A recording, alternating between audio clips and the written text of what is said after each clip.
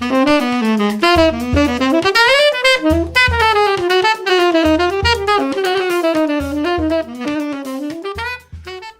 up, everybody? Welcome back to the channel. I'm DeMarius Jackson, and in today's video we're going to go over an extreme saxophone technique exercise that I've been using lately to try to get basically my fingers closer to the keys. So this exercise is a modified version of something that I used to do way back in the day when I was studying a lot of classical literature on the saxophone. Now, I'll be the first one to admit, as long as I'm getting basically the sound that I have in my head out on the horn, I honestly don't think about this exercise too much, but I noticed a video of myself and my repair tech also said that I play really hard and it's kind of jacking up my instrument, for lack of better words. So I'm sure there's ways to move more efficiently on the saxophone, so this is what I've been doing. So the first thing that you should realize is your fingers have a natural spring to them as long as they're not inhibited by a lot of pressure. So basically, if I'm playing really stiff and if I have a lot of tension in my fingers, they will move a lot easier if they didn't have that tension. To demonstrate that, if I have my relaxed finger right here, and I don't know if this is gonna zoom in on my hand,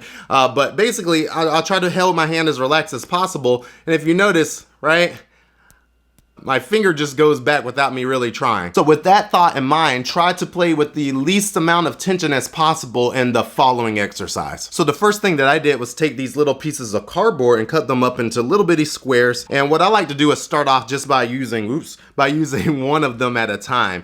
So basically I'm taking my fingers, I'm gonna place this under my fingertip, and for now we'll use my pointer finger on my right hand. And I'm putting that right where the F goes, and I'm just gonna hold it there. And so the exercise is I'm just gonna go very slowly, as slow as possible, from the F to the G. And I'll try to put my metronome maybe around 50 or 60, and I'm using the paper kind of as a focal point to try to keep my finger as close to the keys as possible. So here we go.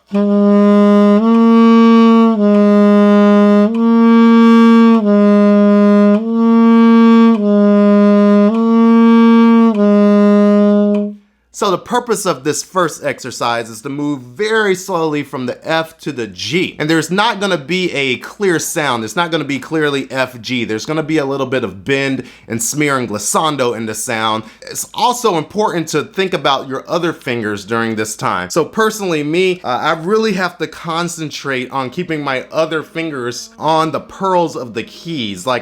I'm so concentrated on the F to the G that sometimes I forget about the other fingers and they end up flying, and I have to bring those back down. All right, so for the second half of this exercise, now we are striving to get a clear sound from the F to the G. So you're gonna try to pop your finger up as smoothly and as quickly as possible, but maintain that little piece of cardboard or paper under your finger. So that first part of the exercise is slow. That's training our finger to go the exact distance that it needs to go. And once you've done that enough, hopefully the muscle memory will kick in, and when you're going to part two of the exercise, getting a really clear sound from the F to the G, it may be hard at first, but your fingers will end up being closer to the keys. Just try to maintain that paper under your finger. Here we go.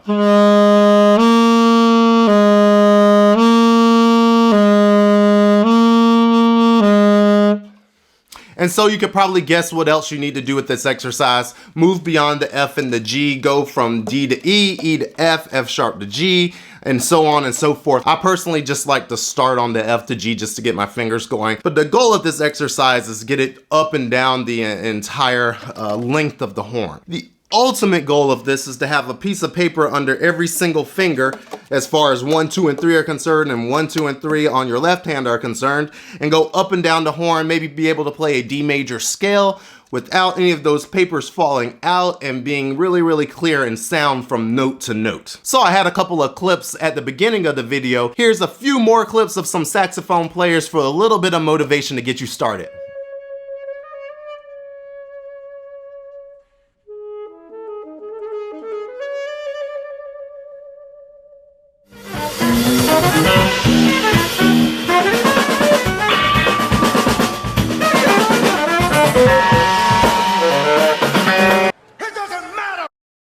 Anyway, I hope you enjoyed the video. Like, comment, and subscribe for more videos like this, and I'll see you on the next one. Out.